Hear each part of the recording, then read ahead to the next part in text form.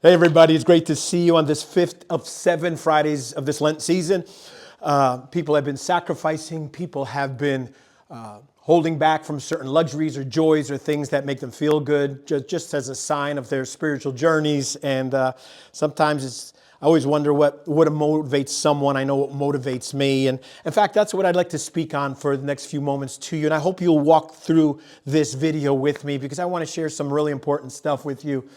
But the motivation, what motivates us? Sometimes guilt. Guilt is something that motivates people. If you feel guilty about something, it motivates you to try harder, to do something. Fear is a very interesting motivator. Some people are so fearful of needles, so they try harder not to get sick. And I'm at a point in my life, needles, cuts, surgeries, That's not something that might motivate me. I still will take very good care of myself and try to, but fear in work, fear of doing the wrong things. Hatred is an amazing motivator. I've watched people want to do everything in their power to destroy someone.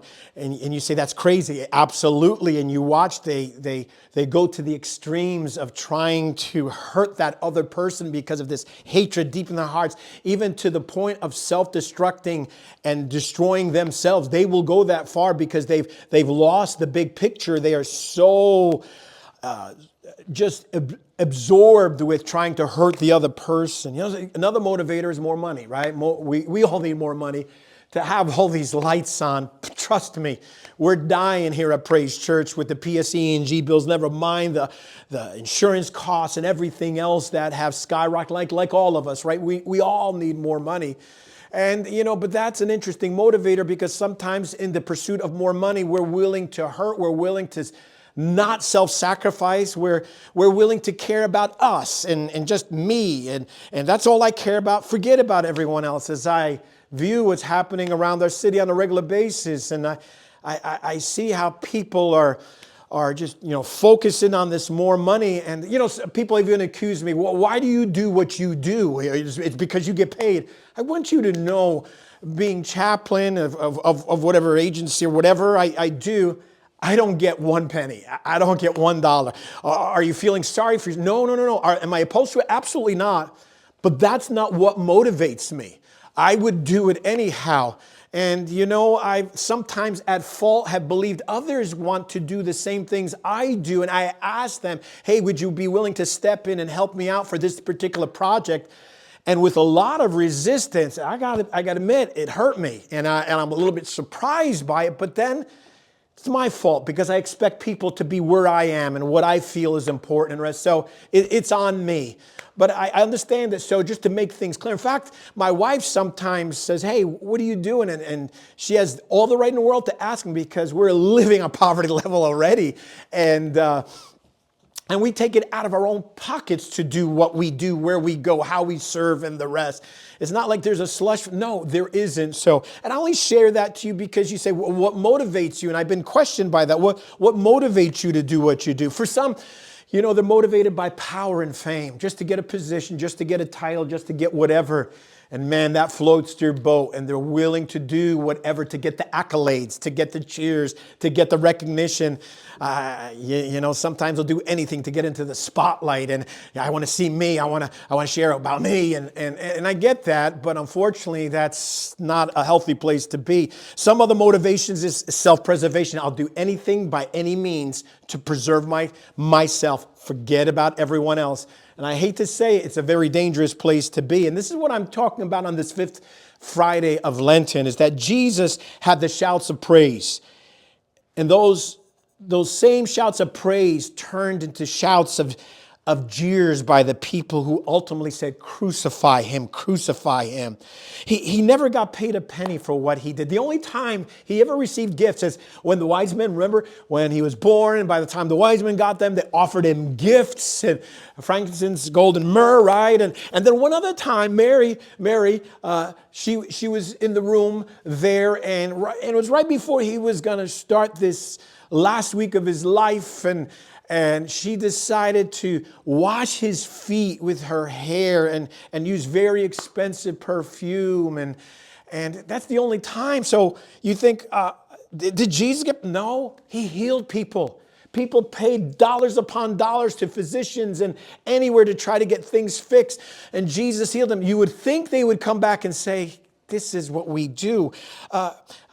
Fed thousands upon thousands upon thousands of people. Gave them free lunches. Did everyone, hey, thank you for taking care of us in a time of need. How many counseling, let's use our term, therapy sessions, because everyone has a therapist today, and it costs a lot of money, whether it's out of your pocket or insurance. One way or another, you're paying for it, somebody's paying for it. You know how much therapy sessions he gave to people, and he helped them out? And never got remunerated for that.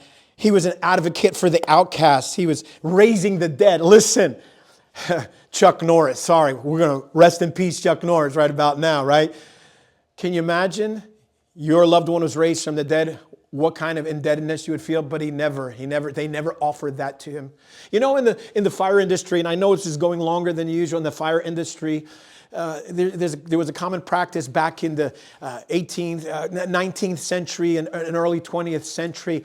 The fire department would go in and save someone's house or, in a burning building, and the people would come bring adult beverages and other gifts to them. And this is fact.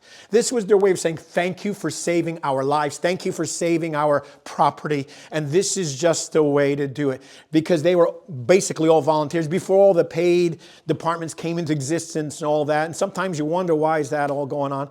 But that's what you should do, right? When someone is good to you, you want to show that. But it's amazing how we're at a point in our lives that we don't want to do those nice things back to people. We don't do it to receive, but why are we in such a place in our lives that was just self-preservation? With Jesus, they lied about him. They plotted against him. What motivated him? And the bottom line was love. Love motivated him. Love motivated him. He knew that even though it was Friday, Sunday was coming. He knew that, the end was here.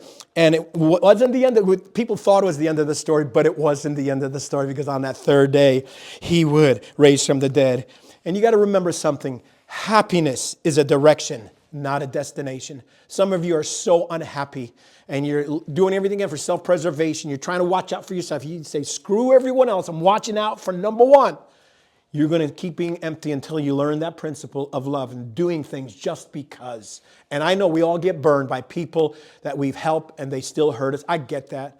But look what they did to Jesus, yet he did it. So on this 5th Friday of Lenten season, would you consider at least thinking about these things? Would you do so? God bless you. And I hope to see you on Sunday here at Praise Church. If not, at least consider processing these principles and go a little bit deeper in your spiritual journey. God bless you all. Appreciate you all. Love you. Have a great weekend.